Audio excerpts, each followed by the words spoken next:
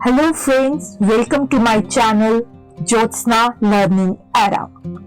आज हम सी अल्फाबेट से स्टार्ट कर रहे हैं। हमारा पहला अल्फाबेट है कैरेट एंड स्टिक, यानी कि रिवार्ड और पनिशमेंट देना। ऐसी सिचुएशन जब हम किसी को रिवार्ड भी देते हैं और साथ ही साथ पनिश भी करते हैं ताकि उसकी ग्रोथ हो सके। जैसा कि आप इस पिक में देख सकते हैं कि जो एक व्यक्ति है जो घुड़सवार है वो क्या कर रहा है, वह घोड़े को कैरेट भी दे रहा है, साथ ही साथ उसको स्टिक से मार भी रहा है, यानी कि उसको पनिश भी कर रहा है। नेक्स्ट हमारा इडियम आ जाएगा clock and dragon. When people behave in a very secret manner. कुछ लोग ऐसे होते हैं जो बहुत ही ज्यादा अपनी ही शेल में रहते हैं और एक ऐसे बिहेव करते हैं जैसे कि वो एक सीक्रेट मिशन पर हो। मोस्टली डिटेक्टिव्स जो होते हैं वो इसी तरह का बिहेव करते हैं ना। नेक्स्ट हमारा इडियम आ जाएगा कार्ड्स आर स्टैक्ड अगेंस्ट, यानी कि लक इज अगेंस्ट यू। ऐसी सिचुएशन कब बनती है? ऐसी सिचुएशन हमारी बनती है जैसे सपोज कर लीजिए आप कार्ड्स खेल रहे हैं और आप कुछ समय के बाद हारने लग जाते हैं। तब हम कहते हैं ना कि भाई लक हमारे फेवर में नहीं है, और तब हमारे मुंह से ये निकलता है कि कार्ड्स आर स्टैक्ड अगेंस्ट। या जीवन में एक ऐसी सिचुएशन जब हमारी चीजें कोई भी फेवर में नहीं जा रही होती है, हमारे अगेंस्ट ही जा रही होती है, तब भी हम ये इडियम यूज करते हैं।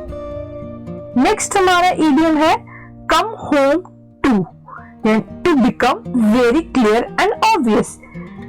कई बार ये हिंदी में भी कहावत आती है कि हम कहते हैं कोई भूला जो भटका जो घर को वापस लौट आए शाम को, तो हम उसको भूला नहीं कहते। तो उसी तरह का आपका इडियम आ जाएगा कि जब हमें सारी की सारी सिचुएशन क्लियर होता है कई बार हमारे साथ कि जैसे हमारी किसी के साथ रिलेशनशिप्स खराब हो जाते हैं या हमारे मन में किसी के लिए डाउट आ जाता है। जब वो चीजें सारी सॉर्ट आउट हो जाती है तब हम इस तरह का इडियम यूज करते हैं, कम होम टू। नेक्स्ट हमारा इडियम है crack a book, to open book to study. कई बार हम कहते हैं ना जब कि कोई बच्चा है जब वो पढ़ना स्टार्ट करता है तो हम बोलते हैं कि भाई इसने तो बुक क्रैक ही कर देनी है। क्रैक का मतलब जैसे हम कई बार ऐसे मजाक में भी किसी को बोल देते हैं कि भाई तूने तो किताबें फाड़ ही देनी है। तो कहने का मतलब ये है कि जब हम कुछ स्टडी करना स्टार्ट करते हैं, to open book to study, जब हम कुछ सीरियसली स्टडी करना स्टार्ट करते हैं। जैसे कि आप इस पिक में देख सकते हैं कि बुक ओपन है और उसको ग्लासेस रखे हैं। नेक्स्ट हमारा इडियम आ जाएगा cross a bridge before one comes to it, worry about the future in advance.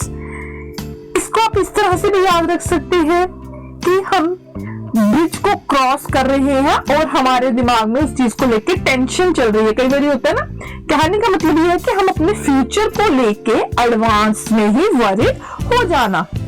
और इस तरह से भी दिमाग में रख सकते हैं कि जो ब्रिज हम क्रॉस कर रहे हैं उसको क्रॉस करने से पहले ही हमारे दिमाग में टेंशन हो जाना कि भाई उस पार क्या होगा। नेक्स्ट हमारा इडियम है carry gold to Newcastle, to take something to a place or a person that has a lot of that things already. इसका मतलब ये आ जाता है कि जैसे इस पिक में देख सकते हैं जो व्यक्ति है बहुत ज्यादा कोल लेकर जा रहा है न्यू कैसल पर, यानी कि काफी सारी चीजें ऑलरेडी एक पर्सन के पास होती है या जिस डेस्टिनेशन पर हम जा रहे हैं वहां पर ऑलरेडी पहले से ही वो चीज मौजूद होती है और उसके अलावा एक तरह से आप एक्स्ट्रा लेके जाते हो। नेक्स्ट हमारा इडियम आ जाएगा cast in the same mould, to be very similar, यानी कि एक तरह से कह सकते हो रिजेम्बलेंस भी हम कह सकते हैं कि कोई चीजें जो एक जैसे दिखने में हो। नेक्स्ट हमारा इडियम है change horses in mid stream, to change plans. इसको आप इस तरह से भी याद रख सकते हैं, जैसे इस पिक में देख सकते हैं कि ये व्यक्ति क्या है, एक घोड़े पर बैठा हुआ है, लेकिन उसको लगा कि भाई मैं इससे हार सकता हूँ, तो वो क्या कर रहा है, दूसरे को चेस करने की कोशिश कर रहा है। यानी कि अचानक से हम अपना प्लान बदल दे। मिडल में आते, जैसे कि एक घोड़े के ऊपर चल रहे हैं, एक घोड़े पर चल रहे हैं, फिर अचानक से दूसरे पर हम जंप मार दें, कि हम अचानक से ही अपना जो गोल है वो या प्लान है वो चेंज कर दें। नेक्स्ट हमारा इडियम है कैप इट ऑल। ये कैप इट ऑल का मतलब हो गया कोई चीज फिनिश करना। जैसे हम इसको इस तरह से लेते हैं कि जब कोई रेस होती है, ठीक है, ओलंपिक्स में रेस हुई है, कोई भी नेशनल लेवल का कोई गेम होता है, जब कोई रेस होती है, उस रेस पे जब कोई फिनिश लाइन तक पहुंचता है, किसी चीज को वो अकम्प्लिश करता है, तब हम ये यूज करते हैं कि कैप इट ऑल, यानी कि उसने एक तरह से विजय प्राप्त कर ली, कि उस चीज को, उस टारगेट को उसने अचीव कर लिया, टाइमली फिनिश कर लिया। नेक्स्ट हमारा आ जाएगा कैट एंड डॉग लाइफ, यानी कि आर्ग्यूइंग सिचुएशन। कैट और डॉग क्या करते हैं, आपस में लड़ते ही है ना, तो उस तरह की सिचुएशन जहां पर किसी दो लोगों का आपस में आर्ग्यू हो रहा हो। नेक्स्ट हमारा आ जाएगा कट लूज, यानी कीप अवे, कोई चीज एक दूसरे से अलग हो जाना। जैसे ही आप इस पिक में देख सकते हैं, ये एक डोर है और उसको कैंची से काटा जा रहा है, यानी कि दो चीजों को अलग अलग पार्ट्स में डिवाइड कर देना। ये एक या किसी चीज कह सकते हैं हम इसको इस तरह से कि किसी को अलग हो जाना, कोई थोड़ा डिस्टेंस मेंटेन हो जाना। चिप्स, नेक्स्ट हमारा इडियम है chips of the same block, having the same resemblance, यानी कि एक दूसरे को सिमिलर लगना। मोस्टली होता है ना कि जैसे फादर और सन, कई जगह होता है कि बिल्कुल सेम शक्ल वाले होते हैं, या सन और मदर आपस में रिजेंबल करते हैं, यानी कि कोई चीज बिल्कुल सेम होना। चिप ब्लॉक के सेम, इस तरह से आप इसको याद रख सकते हैं। नेक्स्ट हमारा इडियम आ जाएगा कट थ्रोट कॉम्पिटिशन, यानी कि वेरी टफ कॉम्पिटिशन। ये बड़ा कॉमन सा इडियम है जो हम यूज करते हैं कि भाई वहां तो बड़ा कट थ्रोट कॉम्पिटिशन था, यानी कि बहुत ज्यादा कॉम्पिटिशन होना। नेक्स्ट हमारा इडियम है come to a standstill, यानी कि come to a sudden stop, अचानक से रुक जाना। नेक्स्ट हमारा इडियम आ जाएगा come what may, no matter what happens, यानी कि ऐसी सिचुएशन जब हम किसी चीज की परवाह ही नहीं करते कि आने वाला वक्त कैसा होगा। होता है ना कई बारी, जैसे बॉयज होते हैं यंग एज में, टीनेज में क्या करते हैं, बाइक लेके चले जाते हैं फ्रेंड्स के साथ, तब वो नहीं सोचते कि भाई अगर मैं बाइक बड़ी तेज चलाऊंगा या कुछ मैं करूंगा तो उससे मुझे हार्म हो सकता है या कुछ हो सकता है। जैसे आप इस पिक में देख सकते हैं कि ये जो 3 फ्रेंड्स हैं इस तरह से आपस में इकट्ठे जा रहे हैं, पर ये नहीं पता कि आने वाला जो आगे जो सिचुएशन होगी कैसी होगी। इस तरह से हम इसको समझ सकते हैं कि हम चीज आगे फ्यूचर के लिए ज्यादा वरीड नहीं होते, सिर्फ हम प्रेजेंट के लिए सोचते हैं और उस चीज को एंजॉय करते हैं कि आगे देखते हैं, जो भी होगा देखा जाएगा। नेक्स्ट हमारा इडियम आ जाएगा carry matters with a high hand, यानी कि to deal with person strictly, ऐसे सिचुएशन जहां पर हम चीजों को बड़े स्ट्रिक्टली फॉलो करें। जैसे कोरोना की फर्स्ट वेव में बड़े सारे हमने क्या किया था, रूल्स को बड़े स्ट्रिक्टली फॉलो किया गया था ना, कि भाई आपने सोशल डिस्टेंसिंग मेंटेन करनी है। जैसे इस पिक में भी आप देख सकते हैं कि मास्क लगा हुआ होना चाहिए, आपके पास सर्टिफिकेट होना चाहिए, जो भी आपकी नॉर्म्स कंडीशन है उसको, चीजों को बड़ा स्ट्रिक्टली हैंडल करना। नेक्स्ट हमारा इडियम है क्लिप वंस विंग्स, यानी कि टू वीकन द पावर, यानी कि किसी की पावर को कम करना। इसमें आप इस पिक से भी याद रख सकते हैं कि हम किसी के जैसे पंखों को बांध दें या किसी के पंखों को काट, क्लिप करना एक तरह से आप कह सकते हैं, कटिंग भी आ सकता है, क्लिप यानी कि बिल्कुल बांध देना, यानी किसी की पावर को हम कम कर दें। जैसे इसमें देखिए कि ये जो लड़की है इसकी क्लिप्स को क्या किया जा रहा है, इसको काटा जा रहा है ताकि वो ज्यादा ना करे। नेक्स्ट आ जाएगा हमारा carry the day. Carry the day का मतलब होता है विक्ट्री, कि ऐसा दिन जिस दिन हम फतेह प्राप्त करें। जैसे नीरज चोपड़ा जी की मैंने यहाँ पिक लगाई हुई है, वो कितना स्वर्णिम दिन था हमारे भारत देश के लिए जब उन्होंने गोल्ड मेडल जीता। तो वो जो दिन था उसके लिए यही इडियम यूज किया जाएगा, कैरी द डे यानी कि विक्ट्री। नेक्स्ट हमारा इडियम आ जाएगा carry for the moon, to wish for something impossible. इसका आपका ये बड़ा कॉमन सा इडियम है जो हम यूज करते हैं कि चांद के लिए रोना, चांद के लिए रोना कि चांद हमें मिल जाए। तो उसका मतलब क्या है कि ऐसे विश करना जो पॉसिबल ही नहीं हो। नेक्स्ट हमारा इडियम है कट अ सॉरी फिगर। कट अ सॉरी फिगर का मतलब आपका आ जाता है कि पुअर परफॉर्मेंस देना। जैसे कई बार होता है ना, इंडिया पाकिस्तान का मैच होता है, जैसे भी रिसेंटली पाकिस्तान जीत गया, तो इंडिया के लिए क्या सिचुएशन थी, कट अ सॉरी फिगर कि इंडिया हार गया और उसने अपनी परफॉर्मेंस अच्छी नहीं दी जिसकी वजह से वह हारा है। तो उसमें हम इस तरह का इडियम यूज करते हैं। और बड़ी बड़ी हमने देखा भी होगा, जो बड़े बड़े न्यूज़पेपर है, इंग्लिश न्यूज़पेपर है, उसमें कॉमनली इडियम यूज किया जाता है जब इंडिया हार जाती है।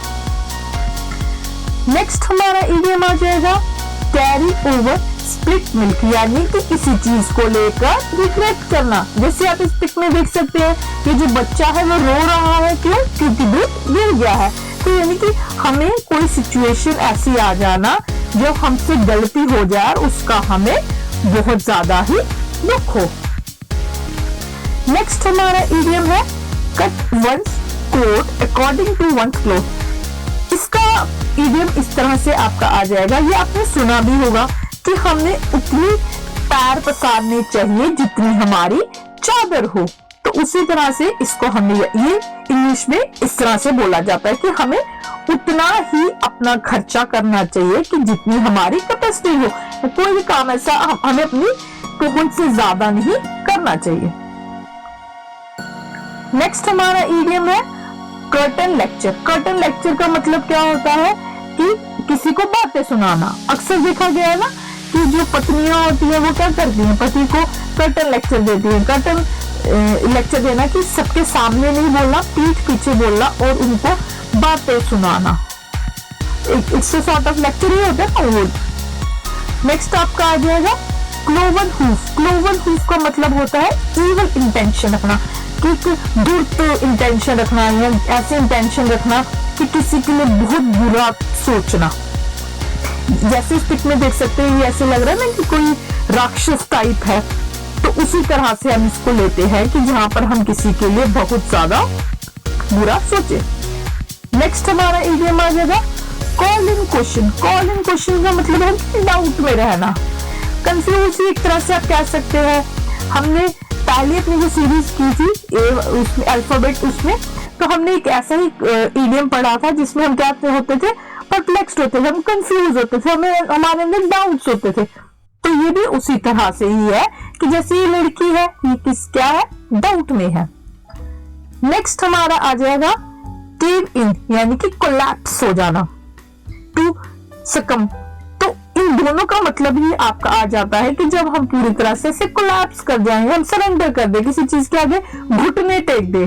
कई बार होता है ना, जैसे हमारी सिचुएशन ऐसी आ जाती है कि हम बिल्कुल ही घुटने देख देते हैं। ये आपका तभी आता है टू डाई, जब इंसान बिल्कुल ही मृत्यु के पास पहुंच गया होता है। तो हम क्या करते हैं, हमारी सिचुएशन ही ऐसी आ जाती है कि हम बिल्कुल घुटने टेक देते हैं। नेक्स्ट हमारा इडियम आ जाएगा जी चीक बाय जॉल, यानी कि बहुत ज्यादा इंटीमेसी होना। आप इसको इस तरह से भी याद रख सकते हैं कि ये जो है बड़े बड़े बड़े चीख दिखा के बड़े मुस्कुरा रहे हैं, यानी कि ये दोनों में क्या है, बहुत ज्यादा इंटीमेसी। जब हम देखिए कोई हमारा अपना मित्र मिलता है और हमें उसको देख के क्या होती है, बड़ी खुशी होती है, हम क्या करते हैं, बहुत ज्यादा मुस्कुराते हैं। बहुत ज्यादा मुस्कुराते हैं तो हमारे चीख क्या फूल जाते हैं थोड़े। तो उस तरह से आप इसको याद रख सकते हैं कि उसके साथ हमारी क्या होती है, बहुत ज्यादा मित्रता होती है। नेक्स्ट हमारा इडियम आ जाएगा क्लोज शेव। क्लोज शेव आपका आ जाता है नैरो एस्केप। ठीक है, आप इसको इस तरह से भी थोड़ा याद रख सकते हैं कि भाई हम शेव कर रहे थे और क्लोजली हम बचे कट लगने से, तो वो क्या हुआ, एक नैरो एस्केप। या आप इस पिक को भी दिमाग में रख सकते हैं कि शेर ने झपट्टा मारा हिरन के ऊपर और वो क्या बचा, वो क्लोज शेर से बचा, कि भाई उसके पकड़ में आने से बचा और उसकी जान बच गई। नेक्स्ट हमारा इडियम है कट एंड ड्राइड, यानी कि कोई रेडीमेड फॉर्म। जब हम चीजें रेडीमेड फॉर्म में खाते हैं, जैसे हमारे ड्राई फ्रूट्स आ गए या कोई चीज हम आजकल कुछ भी आपका जो हो गया जो रेडीमेड फॉर्म में, आपको उसमें कोई भी एफर्ट्स नहीं करने पड़े, तो वो आपका आ जाएगा कट एंड ड्राइड। नेक्स्ट हमारा इडियम आ जाएगा कम to A pass. Come to ए पास का मतलब होता है कोई चीज अक्कर होना, कोई चीज हैपन होना, यानी कि कोई चीज हो अचानक से हो जाना। नेक्स्ट हमारा इडियम आ जाएगा क्लिंच द इशू, यानी डिसाइड द मैटर।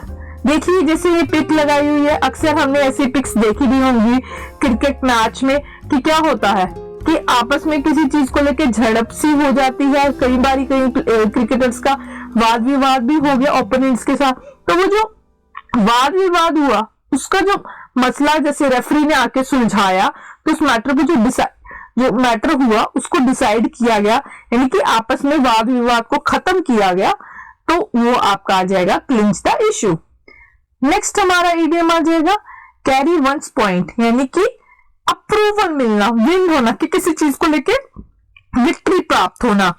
तो जब हमें विक्ट्री मिलती है, आप इस कप को दिमाग में रख सकते हैं कि जो विनिंग कप है, तो यानी तो वो हमारा क्या आ जाएगा कैरी वंस पॉइंट, कि हमने भाई अपना पॉइंट, इस तरह से भी याद रख सकते हैं कि हमने अपना पॉइंट प्रूव कर दिया, यानी कि हम जीत गए। नेक्स्ट हमारा इडियम आ जाएगा चेक करियर, यानी full of ups and downs. Check career से आप याद रख सकते हैं कोई भी क्रिकेटर है, जैसे क्रिकेटर्स का क्या होता है, अभी एक मैच अच्छा खेला तो अंदर, नहीं खेला तो बाहर, तो इन लोगों का करियर क्या होता है, कभी अप्स एंड डाउन्स है।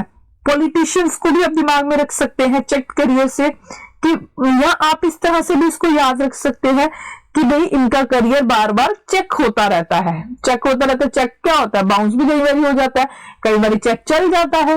ये एक छोटी सी टेक्निक्स है, टिप है, सो दैट कि आपको ये याद रह सके।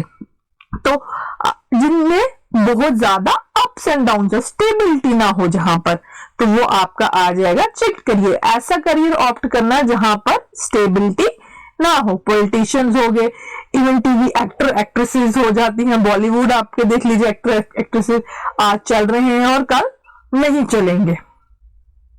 नेक्स्ट हमारा आ जाएगा cut both ends, argue in support of both the side. जब हम दोनों पार्टीज के फेवर में भी बात करें, ठीक है, हम दोनों ही साइड से बोले, तब हमारा ये इडियम आ जाता है। Come in handy, to be useful at some time.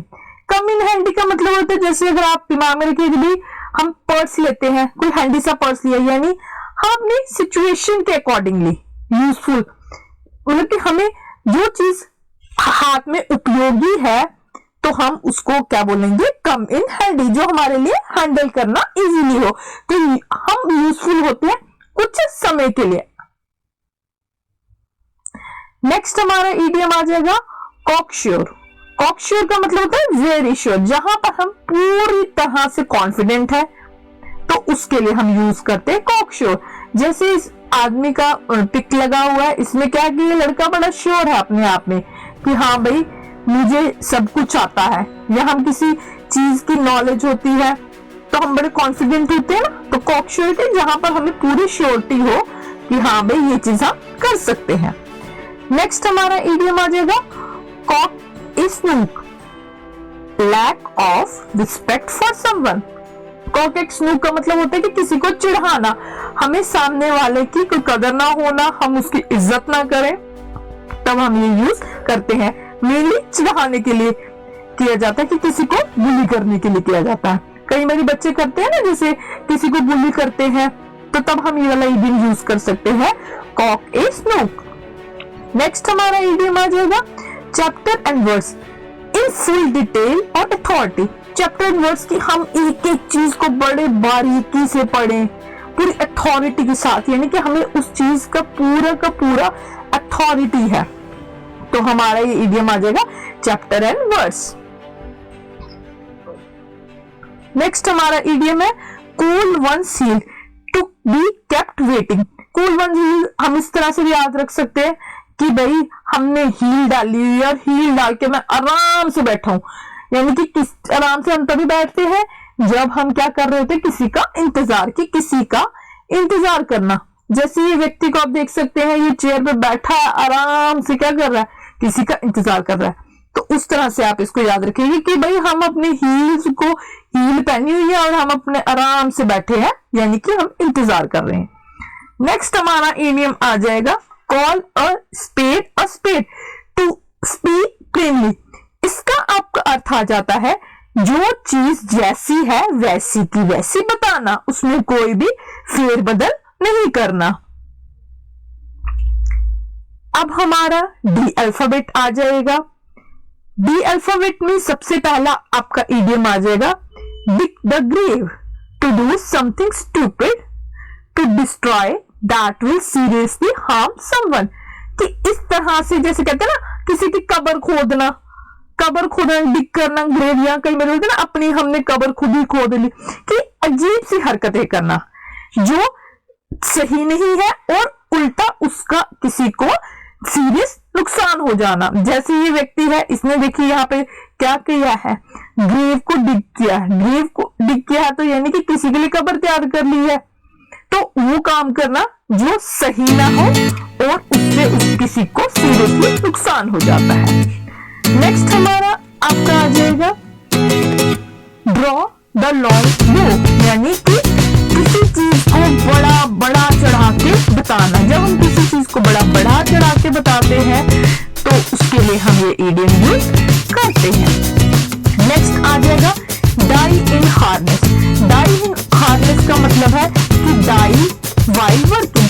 जैसे ये हार्नेस किसके लिए मेनली आता है, घोड़े के लिए आता है। घोड़े ने डाला होता है कि अगर कोई घोड़ा हार्नेस डाले हुए मरा है तो यानी कि वो क्या है, अपना कार्य करते हुए मरा। तो जो व्यक्ति ड्यूरिंग जॉब, कई बार होता है कि किसी की डेथ हो जाती जॉब के दौरान ही, तो उसके लिए हम ये इडियम यूज करते हैं डाई इन हार्नेस।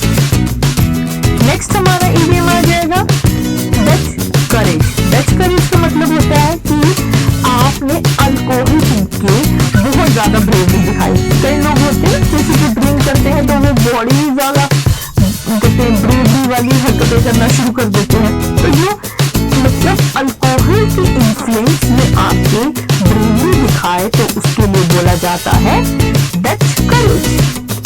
नेक्स्ट हमारा इडियम आ जाएगा डेयर डेविल। डेयर डेविल का मतलब आ जाता है कि फियरलेस पर्सन। जैसे यहाँ पे हमने बैटमैन की पिक लगाई है। जैसे बच्चे, आजकल के बच्चे क्या है, कितने ज्यादा फैंटेसाइज होते हैं कि ये जो एनिमेटेड कैरेक्टर्स हैं जैसे कैप्टन अमेरिका, या ये कि जो दिमाग में आपने बस यही रखना है कि जो मतलब हमें लगता है कि ये सुपरमैन, ये सारे हमें क्या लगते हैं बड़े फियरलेस से हैं, जिनको किसी चीज का डर नहीं है। ये स्पाइडरमैन है तो इनको किसी चीज का डर नहीं है। तो उसको हम उसके साथ इसको याद रख सकते हैं कि डेयर डेविल, कि डेविल को भी यानी कि गलत व्यक्ति को भी वो डेयर कर सके। वो गलत व्यक्ति को कौन डेयर कर पाएगा, जो फियरलेस होगा, जिसको किसी चीज का डर नहीं होगा। नेक्स्ट हमारा इडियम आ जाएगा बेड ब्रोक, यानी कि बिल्कुल भी पेनीलेस हो जाना है। बिल्कुल आप कह सकते हैं एक भी पैसा नहीं रहना। जैसे ये व्यक्ति है, ये क्या कर रहा है कि दोनों पॉकेट निकाल दिया बाहर, जिसमें उस मतलब ये शो कर रहा है कि उसके पास एक पैसा भी नहीं बचा है। नेक्स्ट हमारा इडियम आ जाएगा dancing in someone's grave to rejoice on someone's death. कि ऐसी सिचुएशन की जहां पर कोई व्यक्ति मृत है लेकिन उसके मर जाने के ऊपर खुशी मनाना। होते हैं ना कुछ लोग ऐसे कि जो किसी की व्यक्ति की मृत्यु भी हो जाता है और वो आनंद में होते हैं, तो ऐसी सिचुएशन जहां पर हम किसी की डेथ में दुखी होने की बजाय बड़ा खुशी का अनुभव करें, तो ऐसी सिचुएशन के लिए इडियम यूज किया जाता है डांसिंग ऑन समवन्स ग्रेव, कि किसी की कब्र पर नृत्य करना। नेक्स्ट हमारा इडियम आ जाएगा डाउन एंड आउट, यानी कि बिल्कुल ही गरीबी वाली हालत हो जाना, बिल्कुल ही गरीब हो जाना, कि अब हमारे पास कुछ भी बचा नहीं है। जैसे आप इस पिक में देख सकते हैं, ये व्यक्ति क्या है, डाउन एंड आउट, यानी कि इसके पास अब बिल्कुल ही ये पुअर हो गया है। नेक्स्ट हमारा इडियम आ जाएगा ड्रैकोनियन लॉ, यानी कि बहुत ही ज्यादा स्ट्रिक्ट लॉ या एक्सट्रीम सीवियर लॉ। जब हम ऐसी सिचुएशन या ऐसा लॉ जब आपको बिल्कुल भी कुछ उल्टा सीधा करने की इजाजत नहीं है, और अगर आपने कुछ गलत किया तो आपके ऊपर स्ट्रिक्ट एक्शन होगा, तो उसको हम बोलेंगे। नेक्स्ट हमारा इडियम आ जाएगा डाउन इन द माउथ, यानी कि बहुत ही ज्यादा सैड और ग्लूमी फील करना। हमारा मुंह, जैसे हिंदी में बोला जाता है ना, मुंह उतर जाना, कि भाई उसका मुंह उतर गया था। मुंह कब उतरता है? जब हम बड़ा सैड फील करते हैं। नेक्स्ट हमारा इडियम आ जाएगा days of reckoning, time for answering one's action whom we avoid from the long time, कि वो दिन आना।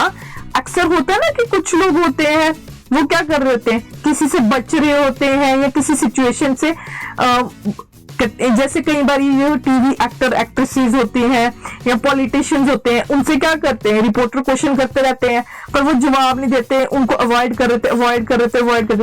लेकिन एक दिन ऐसा आता है कि उनको भी लगता है कि अब हमें जवाब देना जरूरी है।